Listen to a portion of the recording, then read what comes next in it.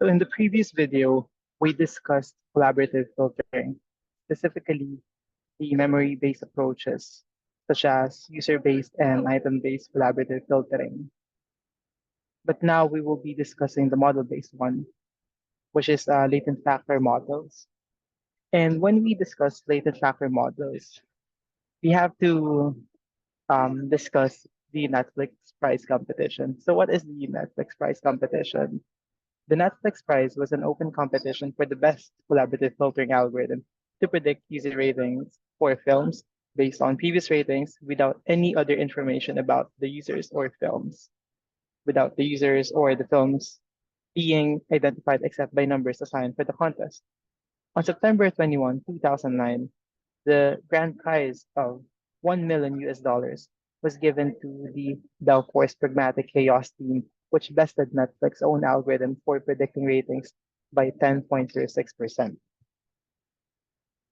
And this competition is very important in the field of recommender systems because it advanced it, because of the models that was developed in this competition.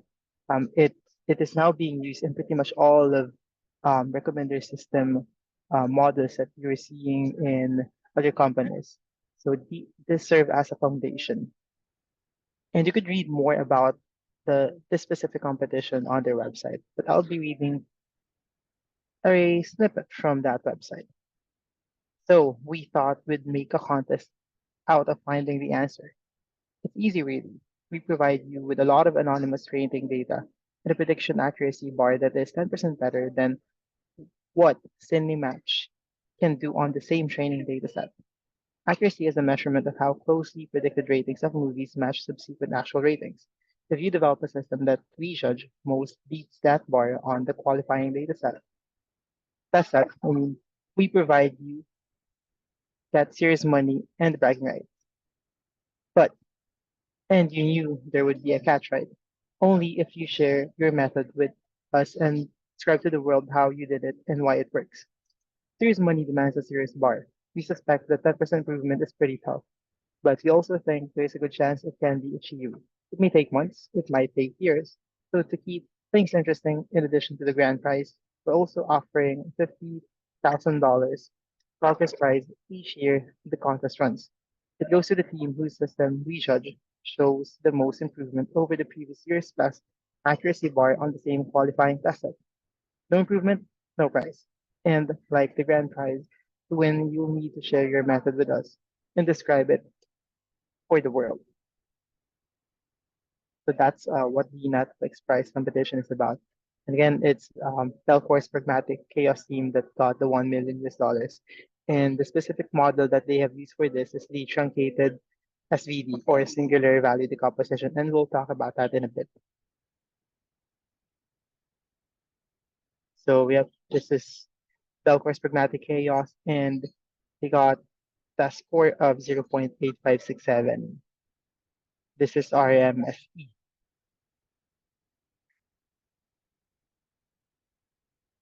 So what is latent factor models? Latent factor models are a state-of-the-art methodology for model-based collaborative filtering. The basic assumption is that there exists an unknown low-dimensional representation of users and items where user item affinity can be modeled accurately. For example, the rating that the user gives to a movie might be assumed to depend on few implicit factors, such as the user's taste across various movie genres. And in latent factor models, the core technique that we are utilizing is matrix factorization.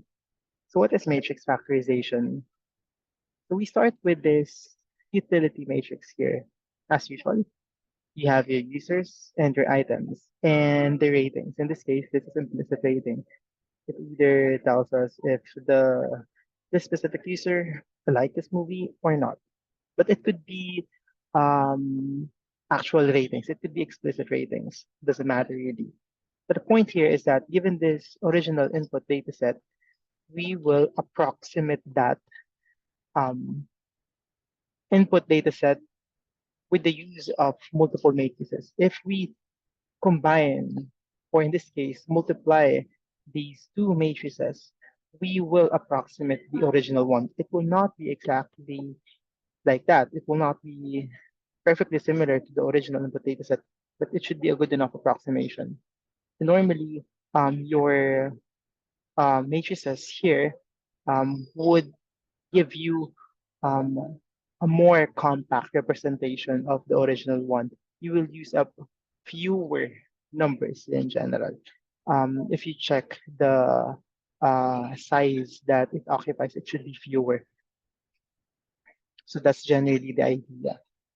And you can decide on which particular key value or latent factor you would want to use for this particular factorization, and we will show that later.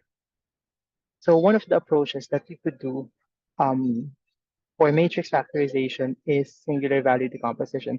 This is a very popular technique in linear algebra. And in singular value decomposition, you can approximate the original matrix or input data set with the left singular vector, the right singular vector, and this diagonal matrix here, the the lambda. So with those, you could approximate the original thing. And the beauty of this is it can handle non-square matrices. So you can choose the number of ranks or related factors you would want to use. Of course, the fewer the number, you get less accuracy, less approximation, but you're only utilizing fewer numbers or rows or columns to approximate the original thing. So you could think of it as really compression.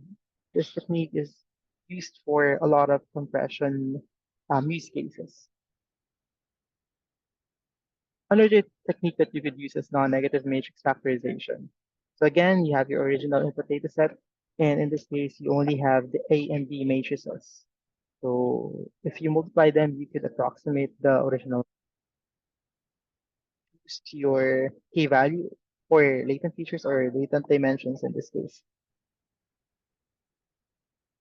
But in non-negative matrix factorization, then it requires non-negative inputs, unlike singular value decomposition. So there are some differences in interpretability here. In NMF, sometimes it can be more interpretable, as you can see here. So it's like for the different components that you have, it's capturing the different subcomponents of the original number here. This is actually the MNIST dataset, which is very, very popular in the field of machine learning.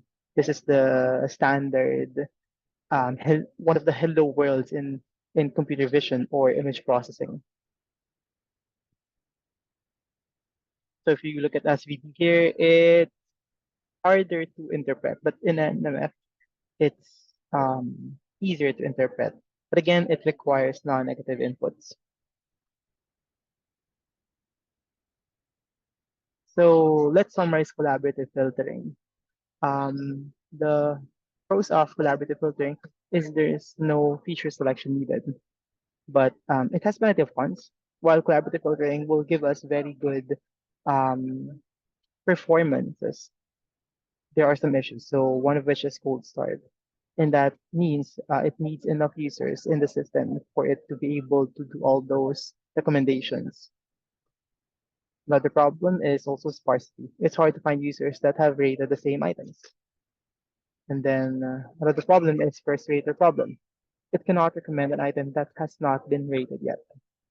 Lastly, there's popularity bias. It tends to recommend popular items. So let's discuss some other approaches that we could do in the context of recommender systems. So we could do a hybrid approach. It's a hybrid of content-based and collaborative filtering problem. So we use content-based for new item and user problem, because that's the issue again with collaborative filtering, and that's something that content-based can handle. So when we're still starting out, we use content-based. And then after we have populated the database, maybe after a couple of months or so, once our um, user base has grown already and they have rated many items, then we could do collaborative filtering. Okay, what else? So we could also treat this as a supervised machine learning problem. But again, it also assumes that we have lots of examples already. So you treat it as your typical classification or regression problem. You have your labels, and then you train a machine learning model that can accurately predict those labels or ratings. Finally, you could also treat this as a clustering problem. You group similar items or users and recommend items accordingly. And that's it for this session.